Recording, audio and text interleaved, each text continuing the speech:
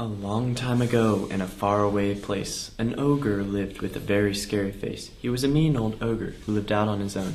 He lived that way because he liked it in his faraway home. He was not always mean, though. He used to go and play. He would play with his friend the witch, until that day. He always knew when she was coming. He'd go grab his trousers, and she was no different. She would pull on her pantyhose.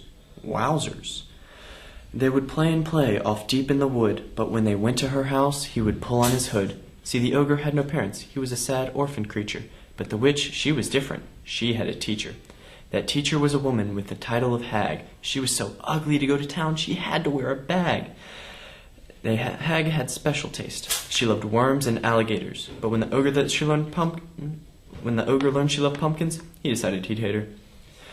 The hag also had a friend. He was the town's local ghost, and there was one thing that they both hated even more than the most. Now, they disliked things like rain and the smell of fish boats, but the one thing which they most so truly despised was the unique and special gleam found only in a young ogre's eyes.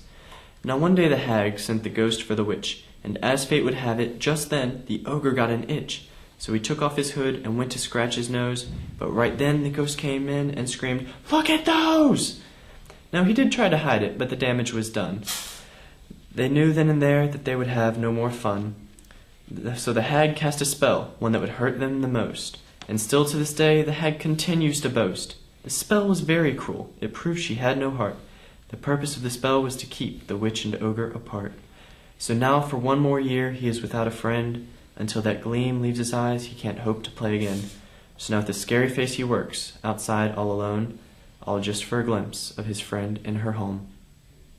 Happy Halloween. My name is Clayton Friddle. I'm 17 and I go to Westbrook High School. Have a good day.